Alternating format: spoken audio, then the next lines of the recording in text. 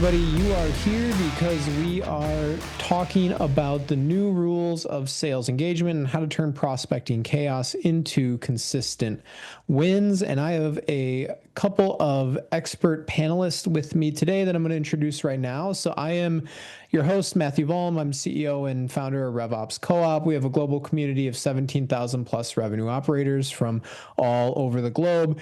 And we offer a whole slew of programs to our members, digital events like these. We have in-person events. We have a Slack group. We have peer-to-peer matching programs. We have courses in education. So a lot of different ways that you can get involved as a community member. But I want to introduce our panelists, and then we'll get into agenda and some of the content and topics for today. So with me, I have Mark Bedard, who is the CEO and founder over at Upcell, and I have Michael Lasco, who is the VP of Sales Operations and Business Development over at Mavenoid. And before I turn it over to you guys and we kind of get into some of the topics and discussions for today, I actually want to ask you guys to add anything to that personal introduction that I just mentioned, but I have one non-work, non-RevOps related question for you as well that I always like to kind of ask our panelists. So Mark, I'm going to turn it over to you first. If I was to pull up your Spotify or Apple Music playlist, whatever it is that you listen to music on, and I was to look at your recently played song list, what would you consider the most embarrassing song on your recently played list, something that you've maybe jammed out to or always jam out to that would otherwise be hard to admit, but you're going to admit it here for everybody to know? Absolutely. Wow, that's a good one, Matt. I have a 4-year-old son, as you know, and so turns out that they've got this little Tony box thing. I don't know if you guys are familiar with that, and they put the little thing on top and it sings songs. And there's Fallout Boy does the Spider-Man theme song. Yeah. And there are some real jams on that Tony box thing. So jamming out with my 4-year-old over that for sure, for sure. That's awesome. Yeah. Fall Out Boy, Patrick Stump. They're awesome. Yep. And concert this summer at the Minnesota Yacht Club, which was in Minneapolis. It was awesome. So yeah, big Fall Out Boy fan here. All right, Michael, There it is. what about you? So we'll follow the same theme. So I have a 2.5-year-old son that we jam out consistently to Baby Shark, and to the extent that we even throw in like the hand signals and all of that. So it's something we don't do, and Yeah. I just admitted that to everybody. Appreciate it. So Mark, as you're talking, he's going to be up there going like this. Exactly. See, Matt, you're right there. Yeah, I know. I guess I just admitted all the Baby Shark knowledge that I have as well. No shame. All right. Well, guys, thank you very much for being here. And to all the attendees, thank you as well. So our agenda for the day today, we're going to kind of break this into 4 different buckets and walk through things in the order that you see here. So we're going to start by talking a little bit on how you can diagnose workflow breakdowns before they end up costing you pipeline. Then we'll get into how you can operationalize multi-channel engagement. Lots of words there, but we'll make it as simple as we possibly can. Third is going to be how you prioritize high impact accounts, but maybe more importantly than the actions that you can take. We're going to end with how you can measure what matters, measure and define, evaluate the outcomes that you're looking to drive, and then ultimately refine or change things based on what you ultimately learn. And so we're going to get started here with a quick poll question around your biggest challenge within your tech stack. And I just launched this poll now. So let us know what your biggest challenge is around your current tech stack, whether it's coverage gaps, workflow complexity, adoption, or cost. And Michael, I don't think panelists are able to actually submit poll responses. So I guess I'll ask you, what would you say your biggest challenges within your current stack?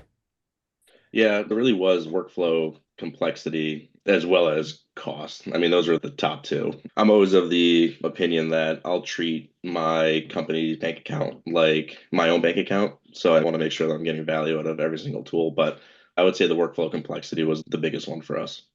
Mark, what do you see in terms of biggest challenges as you look maybe across your client and customer base? Yeah, I'd mirror a lot of what Mike was saying. You definitely hear often that folks now are looking to cut back and looking to get more value out of each solution. So people are thinking about it more as what are the core pieces of my tech stack that I'm going to invest in and I'm going to try to get every little bit out of. and what can I do without? And we'll talk certainly more about that, but we see a lot of coverage gaps as well, just given the fact that folks are coming to us typically for contact data as well as workflow. Yeah. There you go. Yes, looks like coverage, I guess, is at the list. And then I know, Michael, you mentioned the workflow complexity and cost. If we kind of bring those two things together, those things are basically at the top. So I Yep. will stop sharing that poll and kind of get into the first part then about how you can diagnose some of those workflow breakdowns. And Mark, we've got on here this kind of tactical exercise around a rep workflow audit, but let's talk about maybe some of the most common workflow breakdowns, and then tell us a little bit more about this workflow audit, how you do it, what it means, and some of the value that it can bring. Absolutely. Yeah. I think from a really high level, we can go back to, the highest one on the poll, and I'll talk a little bit about that, which is coverage gap. And we're certainly well versed to be able to speak toward prospecting gaps and coverage gaps and workflow breakdowns around that. You can imagine just every single prospecting workflow that the team is doing from the start all the way down to the finish, it needs to work together and it needs to not have any kind of waste in it. So I think about it like an assembly line. The second you've got some sort of wasteful procedure in there, or it takes a veer to the left or whatever it happens to be, that's time that the sales team is wasting. And it's likely going to amount in a drop off in revenue at the end of the day. Think about really tactically for a sec here around contacts specifically. And that was 41% of the folks said that they're missing the right kinds of people in the accounts.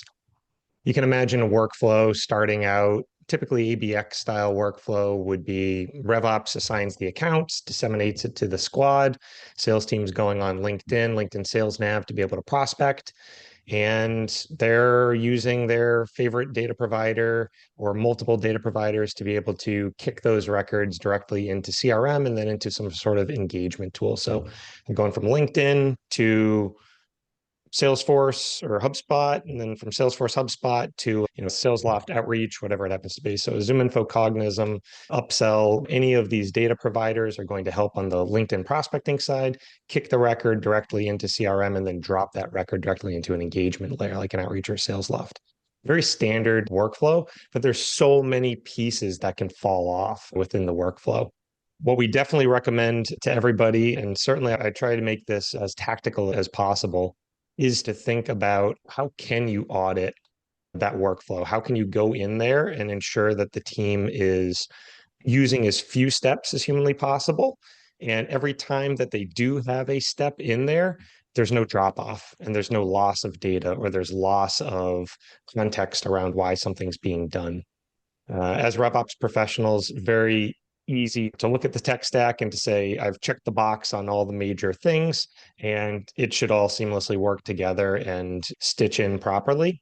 And that's just rarely the case. There's different nuances with every single organization. We talk to customers all day that all do slightly different things with field mappings. So when they're exporting a record in, they'll want to change some sort of field value upon import, whether they're tiering an account or tiering a prospect, even adding some sort of note to the prospect, whatever it happens to be. There's always a little nuance there, and there's always a step for drop off or for data to not actually end up where it needs to be. A lot of those workflows, they either need to be in CRM or they need to be in the engagement layer. If you've got some relevant account score or account tiering that you're doing when they're prospecting the account on LinkedIn or something like that, and they kick it into CRM, they need that to translate into CRM. And subsequently, if they're on a prospect record and they want to drop it into an engagement flow, it needs to ensure that it is getting accurately to Salesforce with all the relevant data on it. And then whatever they're actually pulling into the engagement layer when they're actually actioning the record, maybe it's taking a note on it and uploading it to an Orem or a Nooks or a Bearworks or something, so, a dialing solution. A lot of the time, folks will need some bit of context that they're finding on the prospecting layer. But by the time that record actually gets to CRM and gets to the engagement layer, that little note or that piece of relevance is completely lost. So map out every single tactical bit, go really spend the day with the reps and understand every motion of where data drops off and any sticky point that happens. If there's any friction that they're feeling, you're going to feel it by sitting with them and actually going through the workflow with them. We'll talk about adoption here in a sec. It was certainly in the poll, but a lot of the time, bad adoption of tools is simply either a lack of understanding of how to leverage it or a workflow breakdown. And I guess, Michael, have you done any of these kind of rep workflow audits in the past? And if so, can you kind of give us some specifics on how you've done that? So obviously people can look at our backgrounds right now and see we're all in a home office, right? So it's not like you can necessarily, I guess, unless your AE is also in your home, you can't just necessarily go sit next to them and kind of actually physically look over their shoulder unless you're in an office, which is now certainly coming back, right? But in a lot of cases, that's not going to be possible. And what we're saying here is also you can't necessarily just ask someone for feedback on like what they do. We're saying you actually need to see them do it. So what has been your process, like specifics when you've done this in the past? Like how have you actually shadowed reps for a day? Has it been a full day? Has it been periods of time? And then how do you identify, again, some of those alt-tab moments where context gets lost that Mark had mentioned before, and ultimately document some of those things out? What does that look like in practice for you? Yeah, I mean, so ever since 2020, I've built and scaled teams remotely. So we haven't been in office. So understanding the audit is crucial. And what I do, I just take the human approach like I would do it in an office, but we do it on Zoom. So we share our screens, spend a few hours or half a day, whatever the case is, and they walk me through their process. I just act as a fly on the wall. Luckily, when I got to Mavenoid, that was the first thing that I did 2 years ago to really understand, okay, what are the tools out there? How are the reps utilizing them? Like, what is their workflow from A to Z? And luckily, we weren't a huge team. So, like I said, I was able to hop on Zoom. They would share their entire screen, walk me through what they needed to do to get a contact from point A to point B. Each rep had to click 5 or 6 plus times to get one new contact into Salesforce. And that wasn't even including any additional clicks to get them into SalesLoft. We had about 3 or 4 redundant solutions, and each solution had their own Chrome extension. So think about that for a second. When I'm a BDR or an AE, my company gives me all these different tools that I can utilize to find contact information. That's all great. But if I'm going through 3 to 4 or 5 different Chrome extensions to understand what's the different layers of contact data for one contact to get into a sequence, a rep spending 3 to 4 minutes, sometimes even 5 plus. Now, you multiply that over an enterprise account. I mean, it's just nuts. And especially from like the value that we were getting from those different tools. I mean, it's just not there. Like I want reps on the phones. That's why we hire them. That's why they want to be here. They don't want to be admins of trying to find the best phone number, the best email. Like they just want to prospect, understand why they're reaching out to, and move on, and make that dial. So what Mark mentioned about the context, that goes really overlooked at a lot of places. And what do we mean by that? Well, if I find a really good prospect for whatever reason, I want to get them into my cadence as soon as possible, right? So I can make that dial. But as I'm going through the account, I'm forgetting why I even prospected that person in the first place. So having the ability to easily put in notes or context as to why I think this individual would be interested in hearing from me, like that's crucial in this whole workflow. I had reps doing it in Salesforce. I had them doing it in SalesLoft. I had it in Google Sheets. Think about if a rep leaves, they have all this context in a Google Sheet or an Excel doc, and you just lose it.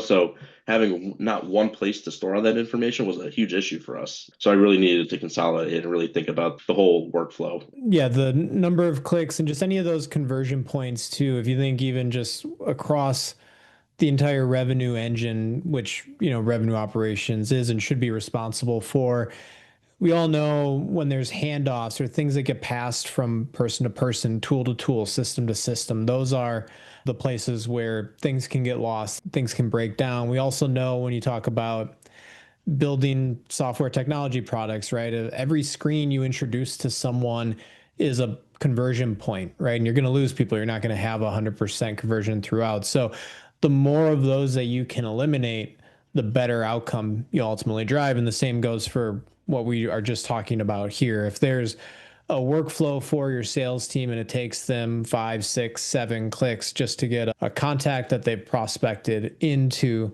the CRM, there's a lot of waste and a lot of opportunity for failure there. Understanding that, diagnosing that is kind of the critical first step of the process, right?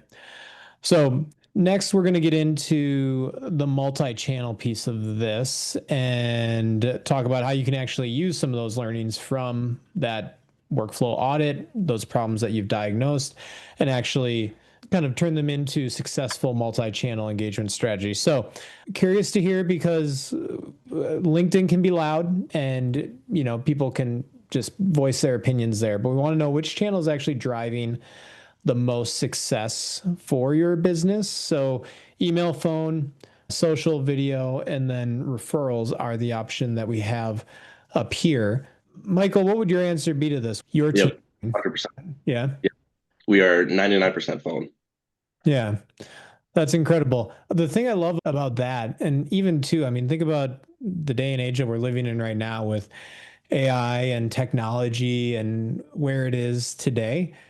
Selling over the phone existed before any of that stuff, right? Like back in the day, like that was the only way you'd like, that was the innovative new thing to do, is like the Rolodex of contacts and phone numbers that you dialed. That was your gold mine right there, right? But that is still the way that we're getting things done, which, like, bit of a tangent side note, is why I also don't think that any of these things that we're doing today around AI SDRs and all that other stuff is going to completely replace sales teams and sales development teams. Because again, if you just look at history, like things work, human to human stuff works, but that's not what we're here to talk about. I'm going to actually end the poll now. And before I share the results, Mark, what do you think the most popular channel is going to be? Well, I think I'm hoping phone, just given the fact that, you know, it's an upsell event here, but maybe not. Maybe it's email. Maybe I'll be shocked and it's email. Nah, it's phone. There it is. There we go. Yep. Phone's at the top, then phone, email, referrals, and then social. So Yeah. I'm going to stop sharing that. We just showed 5 different channels, but even if you just think about what people are doing, you've got email, you've got phone, LinkedIn, probably like the top 3. To state the obvious, phone is verbal communication, others are written, but there's also different channels, right? So different things are going to work. Also varies a lot based on your buyers. So Mark, why don't you talk a little bit about how people can approach actually building a multi-channel playbook and incorporating some of those learnings from the workflow audit and stuff that we talked about before? Like, what are the first steps that people can take to start building this out for their org?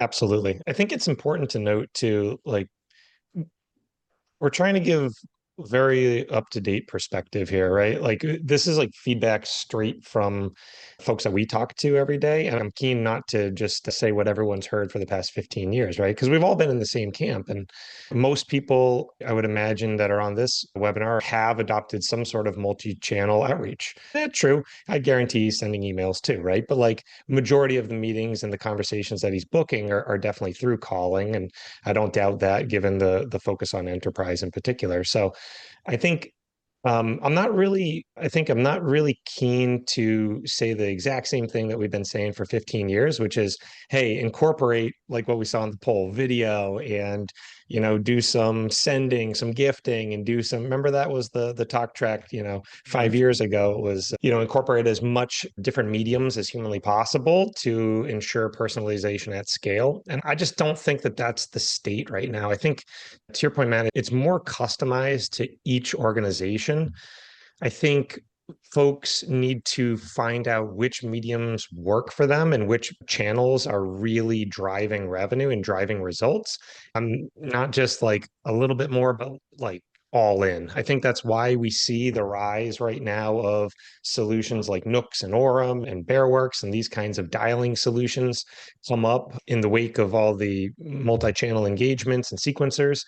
I think we've got these heavy dialing solutions now because people are realizing that phone is an amazing medium that they're kind of gravitating back to. All the complexity around email and it becoming more and more difficult to send and more difficult to get any kind of results from it. It shifts the focus, right? So now we're getting back to the phones and hitting it hard there. Scale it down. That's like my big takeaway here throughout the whole presentation is really just start with the basics, don't overcomplicate it. As ops professionals are often thinking about all the things that we can do with it. But as sales folks, the simpler the better. And if it's one thing or two things that they need to do, they're going to remember it, they're going to be able to do it, and they'll, baby steps can grow gradually. So pick a couple core channels. When you're going through that audit in particular, you'll see all the wasted workflow steps and all the stuff that isn't being used, and you're going to uncover why those solutions in your stack aren't adopted. They might be too cumbersome to get to, or whatever it happens to be, or the team might just not be having success with those channels and they've given up on them completely, and they're focusing where they are driving results. Very important to ensure that when you are hitting that actionability layer, whatever that happens to be, whether it be an engagement solution or a dialing solution, or just picking up, your cell phone and calling them right off your cell, like whatever that happens to be, very important that you have all the correct information at that point in time. And that could mean a bunch of different data points for each different company, but obviously the basics, you need to know who the person is, title, where they work, phone, email, all those kinds of critical data points. Like, why are we reaching out to this person? What kind of pain are these people experiencing? How can we actually solve any kind of problem for these folks? What problem are they experiencing? At that point of engagement is when that needs to happen. And it needs to prompt in the engagement solution. I think very often we talk to folks that or even if they get to the point where the record is fully enriched and it has rich context, it's not in the engagement solution that the team's actually leveraging. It might only be in CRM, or it might only live in the data providers that they're purchasing. And that's not going to cut it, right? Because the team, although they might have prospected it from any of these data solutions out there, and they might have rich context in it, it's not actually pulling all the way back to the engagement layer where the rep needs to then refer to it. Right when that dial's hitting, that's when that person actually needs to understand, why am I talking to this person? What am I actually going to say to them? And have all that relevant information and context there at their disposal. So ensure that the data is also flowing all the way downstream to the actionability layer from the prospecting layer. Very, very important. And then lastly, pare down again and standardize on the amount of cadences and sequences. Can't stress this enough. Like, we were talking to a customer of ours. They had over 10,000 sales loft cadences, sequences in there. Oh, gross. Why? 10,000. 10, they had over 10. I think it was more like 13,000. We were like, it took a while for us to query them. There's like so many. And it just happens from fast growth organizations, no controls. And then the team that's in there now is like, we got to pare this down. We got to get it standardized. They eventually standardized it to a core set of sequences that the sales organization uses. And then you can ABC test each one of those, but you've got all the lead flow funneling into those templates. Pare it down, simplify it, make it easier for the rep too. They don't need to change the last two words of the sequence and clone it and call it theirs. They don't really need that. Just get them into the standard so that you can A/B test it as a RevOps pro. You're way more suited for that than the sales rep.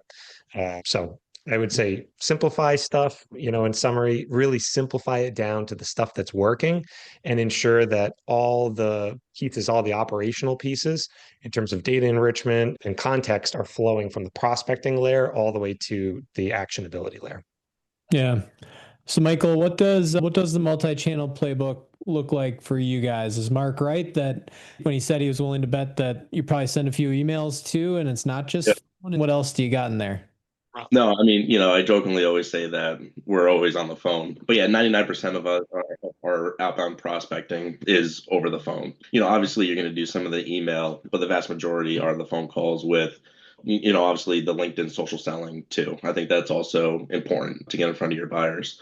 Like I said, 2 years ago, I really saw the whole industry shifting away from flooding the inboxes to more of that human interaction. I mean, I grew up as a BDR, right? I went through multiple sales positions, and I remember the yesware days. I mean, I was able to click one button, send out thousands of emails, and get meetings from it. I have 15,000 plus unread emails in my inbox right now, and it is all from people spamming me with promotions and just trying to get, 10 minutes of my time, let alone, a half hour. So I really wanted to take a different approach of, listen, nobody calls my cell phone. I might get one or two calls a week. And guess what? If my team was able to make those dials and get in front of those buyers via the phone. I mean, that's what we were all about. And we saw all of our pipeline, all of our revenue come from making those phone calls. So you'll always have the additional channels, but the phone is the most crucial here. Yeah, and one thing to add, based on what both of you were saying as well, is these playbooks are going to, they're not one and done, not a set it and forget it sort of thing. Things evolve, things change, right? Some things stay the same. So while, phone may be the thing that works now, and it may be the thing that works for the next 6 months, 12 months, 2 years, if everyone starts to revert to that channel, prioritizing that channel, then that's going to leave space in others where you can differentiate and kind of stand out, because that's ultimately what you're looking to do. I know at RevOps Co-op, we do a lot of in-person events. That's another great way for people to have quality interactions and engagements and kind of stand out from, a lot of other folks who aren't obviously there or doing that, which is very different than the 15,000 plus emails that Michael has in his inbox that he's not reading. Make sure that these are the channels that are working and things that you're looking at, right? Just evaluate them over time. It doesn't mean every day, doesn't mean every week, but if you're monthly, quarterly, biannually, right, kind of in line with maybe sales cycles, like don't forget about them, right? Make sure you're constantly evaluating them. And Matt, there's one other thing I just want to quickly add about the whole phone call conversation. Now with the new upgrades that, with iOS and stuff like that, every voicemail gets transcribed, right? So I can easily tell the folks that call me and leave me a voicemail, I can easily see who they are. And we've been telling our reps, hey, you don't need to leave a voicemail for every single prospect, but for the key ones that you really want to get in touch with, leave that voicemail, because when we're talking about the multi-threading, you leave a voicemail, they see it there, right? They see your name. Then if you send them an email, they see it again. You hit them on LinkedIn, they see it again. So the voicemail is something that gets overlooked a lot because everyone's just parallel dialing, right? We don't do that here, but if you're able to leave a voicemail and make it more personable, that goes a long way too. We've seen great success with that. Yeah. I remember as a consumer, when those updates first rolled out, I actually thought they were text messages that I was getting when I saw the notification pop up. So if you think about it that way, I mean, obviously there's rules, regulations around opt-ins and stuff around sending text messages, but when you call and you leave a voicemail and someone sees that written notification, I mean, again, to the end user, it's really no different than if I see a notification of someone sending me a text message. And then to your point, even if I just look at that and I read the first couple lines and I see Michael Lasco, I see Mavenoid, and maybe I see some other words, and then next day I'm on LinkedIn and maybe I see something from you guys there, then maybe I get another call. Like those are those touches that start to add up, and another reason why that can be super, super valuable. And so before we get into the next topic, the poll I have up here that I have launched, I'll leave open for a little bit now, is how many data providers your org currently uses? Because I know, Michael, you mentioned you had, your team was using how many different extensions and stuff when you first started. I know I've seen this firsthand as well. And it's like, this is one of those problems that starts innocently enough, right? Like typically you'll start with one, and then it's like you have some use case or something where someone's like, oh, maybe it's not great, or this region, or like this industry, or whatever, this we need for whatever reason, we got to add another. And then before you know it, now you've got a bunch, right? And that can be super painful. So I think, Michael, right now you're down to one, right? No, actually, still at three, but a different setup. All right. Yep. And then I guess But my question for you, when you work with a lot of different customers, companies, obviously this is kind of the space you're in. What do you typically see in terms of number of data providers that people are using? And then a second question after you answer that, I'm just curious, like what's the most extreme? Like what's the highest number of data providers that you've ever seen anyone have paying for? Yeah. I mean, I think so yeah, okay, 44% say one, 25, 20. Interesting. And this is essentially the breakdown that we see typically, where SMB organizations or smaller orgs will have one data provider very commonly. As they grow and as they get bigger and bigger, they stack on more and more. They get to a breaking point where they might just go back to one, or they might go to two. and they'll break it down regionally or something to that degree. We have seen scenarios, Matt, where it's been really, really egregious, where they'll have 8 to 10 different data providers. And we saw one scenario where we were getting a walkthrough by some of the sales team, and no joke, he had 4 Chrome extensions on the side. He moved one and a fifth was underneath. So it was literally hiding the one below it.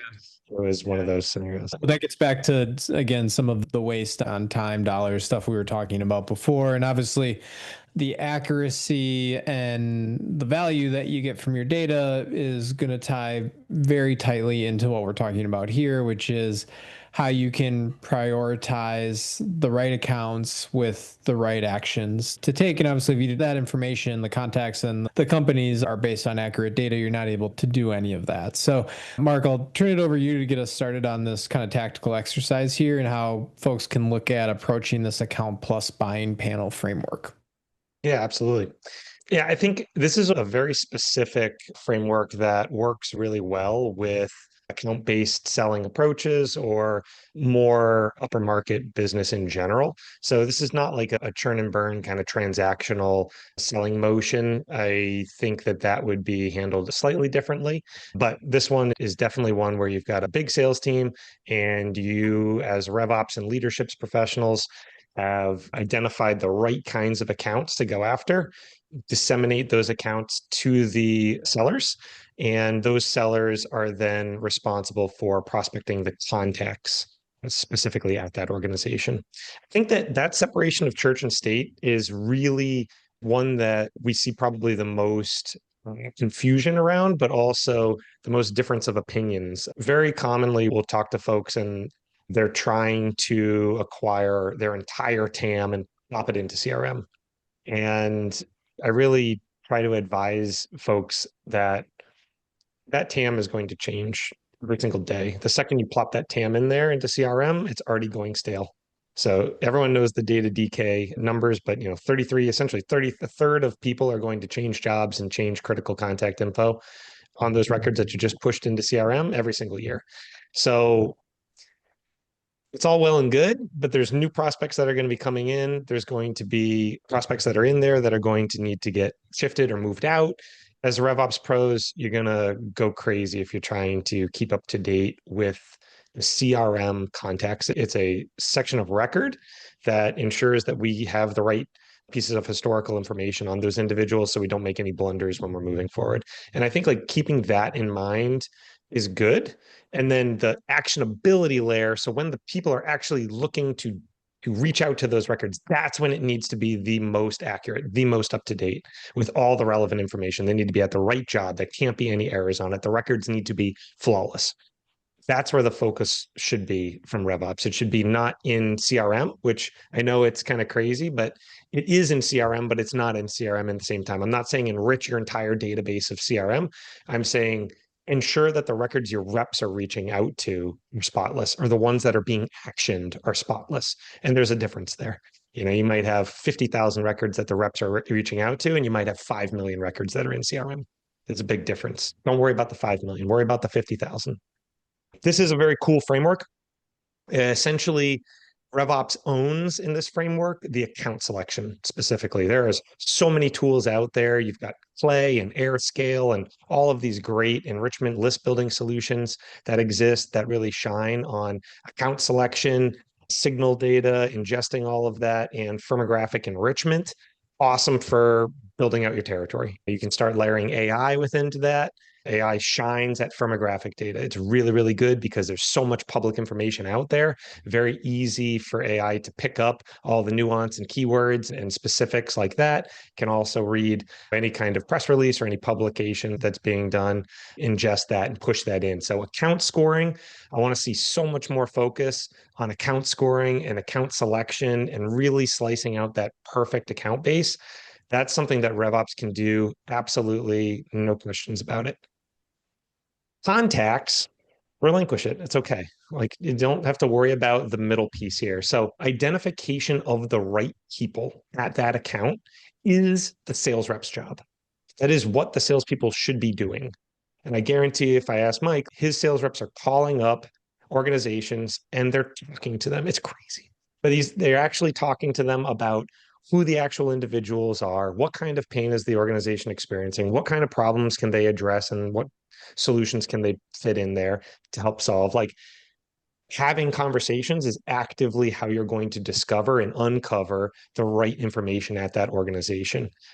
You can grab all the records in the world of contacts and plop them into CRM. But unless someone's connecting the dots as to this is the person and this person are part of the same buying panel, they're going to be involved in making this decision. This is the challenges that they're suffering from. Pop, pop, pop. So reps own prospecting. Let them own prospecting. It's good. Force them into frameworks of building out buying panels. How many new prospects are you prospecting on a daily basis? How many more are you adding into engagement? How many discovery conversations have you had? How much information are you uncovering about those accounts? How much progress have you made from last week to this week? These are all really, really critical things to ensure that you have mapped out every single step of the way. And then by the time that record gets to an engagement layer, that's when it needs to be spotless. That's when it needs to be perfect, because that rep is going to make critical actions on that record. They're going to call it, they're going to email it, they're going to reference some piece of information that's on it. That all needs to be prevalent, very visible for them, very easy to action, and correct at the end of the day. And then great, you can build all the kinds of dashboards and all the kinds of views that we need around that. There's a ton that management's going to want to see when RevOps can bring to the table, hey, these are the accounts that the team is actually cracking into. Here's the new individuals that they've added at each account on a daily basis, on a weekly basis, on a monthly basis. Here's the progress that they've made through the motion of discovery. Here's the pain that they've identified, align it to some sort of methodology or framework, operationalize it in CRM as the system of record. That's a beautiful thing. And that's really where our customers we're really having great success. Again, separating out account selection and contact selection, give responsibility of contact selection in the buying panel and all the conversational work that needs to be done to the rep. They need to own that at the end of the day, because the quota sits on their head at the end of the day and they need to be responsible for it. Mm-hmm. Hope it was enough. Yeah, it's a big topic to unpack. We could spend an hour talking about this one alone. How does that, Michael, how does that align with the approach that you guys take at Mavenoid? And if it is different, where is it different and why? No, it's a bunch of similarities. So all of our ICP accounts, obviously there might be a few others that are out there because it's, always changing, but they're all in Salesforce. And we use third-party data to gather intent, firmographics, all of the fun stuff that us on the operations side can put in front of the reps. I also add a layer using AI to research all of our ICP accounts to really understand the support journey. So here at Mavenoid, our reps need to understand as a customer, how does one get in touch with the support team at their client? So, and that's the messaging that we use on a cold call. So I personally, and what Mark's whole point is, if I dump all different contacts from any data provider into the account, I'm actually going to be wasting more of my reps' time, because now they need to actually figure out, is this person, one, still there? Are they actually involved in the purchase decision? And so the way my brain works is, if I can give them one, good ICP accounts, make sure that they don't need to actually go to the website to understand the support journey. If I can get all that information into Salesforce and into Gong to help them create that messaging, I've just decreased their research time by 70%. And now they can just go find relevant contacts in Sales Navigator, because I personally, maybe this could be light years away, but no AI will ever be able to do that with supreme accuracy. They're not going to be able to tell me, nor will I trust it to say, hey, drop all these into CRM. So, like, how does this get executed? We're a customer of upsell, which is why, we're having this conversation. It's now one Chrome extension that all the reps utilize on a daily basis. In one click, each rep is able to identify, who do I actually want to start prospecting? I can get them out of Sales Navigator with all my notes and what messaging I want to put towards that prospect into Salesforce. On the back end, I enrich it with the other two data providers that I have, that I was able to reduce that significant cost. And I also drop it into a Gong flow all within 5 seconds. So when you think about the 3 to 4 minutes at the beginning that I was mentioning, now dropping it down to 5 seconds, I mean, just do the math. It's pretty phenomenal. The cherry on top of all of this that we really didn't expect, we had an idea, but we really didn't expect it, was the AEs are prospecting again. So we know that AEs, for whatever reason, they really don't like to prospect because they think, oh, it's my pipeline and like I have BDRs to do the work. No, like we're a team here, so, and everybody prospects. So the AEs have access to upsell as well. And because of this whole new workflow in the whole journey that we're going and the pairing that we have with the AEs and BDRs, if I'm an AE, I'm able to sit on Sales Navigator within that one click, drop it into my BDR's name and into that Gong flow. So when my BDR logs in the morning or the next morning, they have 25 plus call tasks ready to go and they didn't even do anything. And they have the understanding the context of why, let's say Brian wanted, John to reach out to this person, and they have all the notes there, all within one click. I mean, it's phenomenal. So it really is critical. Yeah, it makes a lot of sense. I mean, you're saving tons of time. You're driving better outcomes. You're making sure things are accurate at the point of prospecting, which is super important.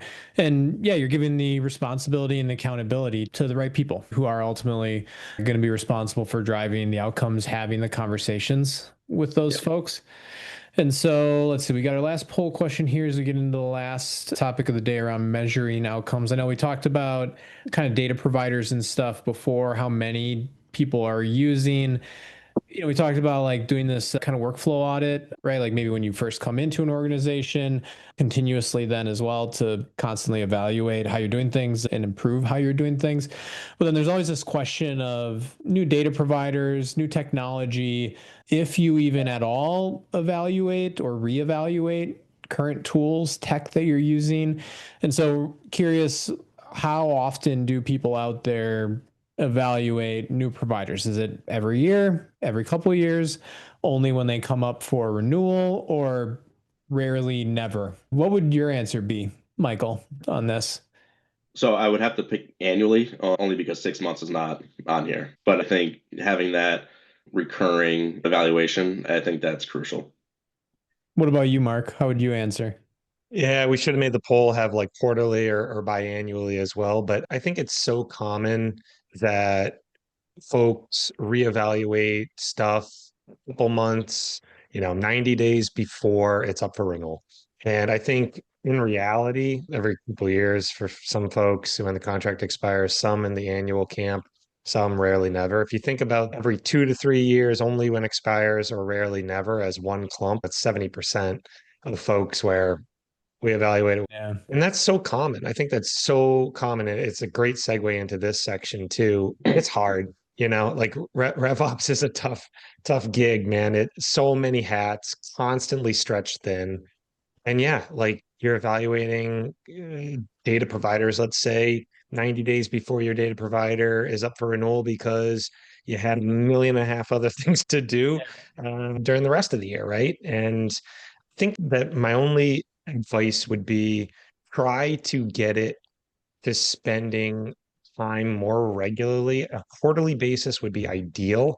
I know it's difficult, but it doesn't need to be a full blown, like we're going to scope the entire market. I think it goes back to that first section. And Matt, you were alluding to this, where if every quarter you can just go and spend a day shadowing a few reps or whatever that solution is, shadowing each individual that actually uses that or that gets into that solution a little bit, that's going to give you the context that you need. It's going to give you the perspective that you need so that by the time 90 days comes up, you're making a really informed decision. We have folks coming to us, talking to us about engagement layers all day long, like what we recommend, should I look at these guys or that guys? And call tech is a big one, obviously, given our mobile phones. And they're like, well, should I use, this dialer or that dialer? And some of the dialers they're talking about are like call center software. And it's like, that is not what you need. You need like a sales solution, like is a very different thing, but it's confusing. Like it's hard to know intimately the space and hard to know intimately how your reps are leveraging the solution if you're just doing a cram session, a month before you've got a renewal. So audit early and often. maybe a little cliche to say it, but try to get in there with just tactical boots on the ground experience. How are the reps actually using it? Is there any piece of functionality that they aren't using, and why aren't they using it? Then tie the outcomes together, right? In our case, we talk to a lot of folks that think they're showing ROI and they think that they're understanding everything about the solution, but walk into the scenario where there's like 4 different data providers. Everyone's like, well, I know my call to connect rate because I can look at my engagement solution. It's like, maybe if all the fields are mapped appropriately to each individual phone field, then you would be able to measure call to connect rate via that engagement solution. But if you're mapping all of them to one phone field, then you certainly don't know each of the different data providers' call to connect rate. I guarantee they don't know the overlap of data. Let's say phone number, like mobile phone, is very, very important to your team and you're making lots of dials. Well, data provider 2 has the same, like 80% same database as data provider 3. So why are you buying 2 of the same data sets, right? It doesn't make sense. Understand the actual solution that you're buying. Understand it as it relates to your whole stack. Is it redundant? Can you cut it? Do you need it? Is the team really going to be impacted if you drop it? Is there something better for your solution or better for your squad, a better solution out there? Don't be afraid to cut underperforming tools. Less is more. Again, sales as a sales guy, like sellers don't want complicated stuff, right? We don't need all the tools. Less is definitely more. The less systems, the more adoption you're going to get out of those. And the simpler it's going to be workflow wise with less data drop off each step of the way, which is great. And then again, refresh cadence quarterly. Like, look at it as early and as often as you can, the entire tech stack, see how it all stitches together. Ensure that the relevant pieces of information you're starting with and that you need are getting all the way through and they're actually being realized in the sales motion. And if they're not, there's probably a drop off. There's a workflow issue. There's some sort of stitching that is operationally needs to be fixed. And that's where RevOps can absolutely shine. Yeah. Makes tons of sense. The first part of this, I'm sure a lot of us out there probably aren't doing something like this right now. We don't have the living document where we're tracking things like adoption rates and ROI impact. And if there's overlap, where is it? That's okay. Got to start somewhere, right? So point here, my advice would be like start. And that starting point, that's probably going to be the most painful part or hump to get over. But then once you get past that first one, the idea is this becomes much more repeatable, a lot easier to execute on. And so those quarterly reviews, biannual reviews are a lot easier.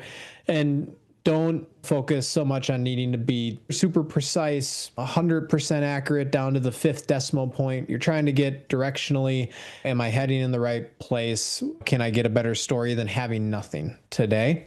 So keep that stuff in mind. I know we got about 2 minutes left, so I just want to go over an overview of what we covered and then ask you guys for some closing thoughts. So Michael, I'll start with you. If in the last 2 minutes that we have here, what would be, as an operator, VP of Sales Ops right now, what's one piece of advice around eliminating this prospecting chaos that you would want to leave your fellow operators with today? Yeah, I think you have to be ruthless and you have to challenge the status quo. No one's ever been fired for purchasing the big time data providers and the CEPs, right? I really want everyone to take a hard look at their tech stack and just don't renew things just because that's what our industry has told us that, hey, we need to go and purchase it in order to have a good team that we can scale, right? Over the past year and a half, I've been consolidating tools, reducing a ton of spend and just simplifying workflows without sacrificing pipeline or revenue. So it is doable. Feel free to be on LinkedIn. Happy to discuss this, but it's possible and the results will show. What about you, Mark? Closing thoughts that you'd want to leave the crew with here today? Yeah, I think RevOps is such a critical role and one that we certainly build for RevOps professionals. I think it's one that's going to stick around, that job title and that role, for a very long time, ensuring that the entire sales motion is properly flowing and properly executed to the degree that it should be. We need folk that can think about the process logically and ensure that salesperson's outcomes are being realized at the end of the day. And so often with all the tech and things like that, there's a million opportunities for it to drop off. So be scrutinous, review it early and often. And yeah, to Michael's point, status quo might not work for you. Every company's different. Think about what works for you. Yeah, be ruthless. Awesome. Well, Mark, Michael, thank you guys very much for dropping some knowledge on us today. To all the attendees out there, thank you for joining as well. But that is all I got for you, so I will let you all run. Again, thank you very much for joining and attending, and we will see you all at the next one. Take care, everybody. That's all.